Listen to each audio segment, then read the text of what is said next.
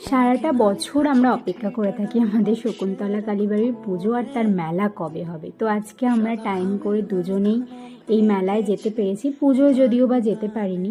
তো আমরা গিয়েছিলাম রবিবার দিন, মেলাটায় প্রচণ্ড ভিড় হয়েছে, সেজন্য খুব বেশিক্ষণ থাকতে পারিনি। মোটামুটি 15 থেকে 20 মিনিট ছিলাম। কিছু তেমন কিনিও নি, শুধু একটা কানের দুল কিনেছিলাম, যেন আমরা শুধু খেতেই গেছি। আর এদিকে দেখো, আমার আইসক্রিমটা মনে বলে না ভালো বুঝে কাউকে দিতে নেই, আমি দিলাম একটুখানি খেতে, আর আমাকে দেখো অর্ধেক করে ফেরত দিল।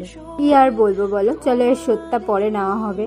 তো এই যে এদিকে চারিদিকে ঘুরে ফুরে এবার মনে হচ্ছে না আরও কিছু খেতে হবে। তো লাস্টে আমি আর খাইনি, ওই ফুচকা খেয়েছিলাম আমি একটাই। তারপর ডিনার করতে একটা রেস্টুরেন্টে গেছিলাম, আর সেটাই ছিল আমাদের সবথেকে বড় ভুল। আমাদের এখানে একটা রেস্টুরেন্ট, নাম নিতে চাই না, খুবই বাজে সার্ভিস। 1.5 ঘন্টা ধরে আমরা শুধুমাত্র স্টার্টার পেয়েছিলাম, ফিশ ফিঙ্গার।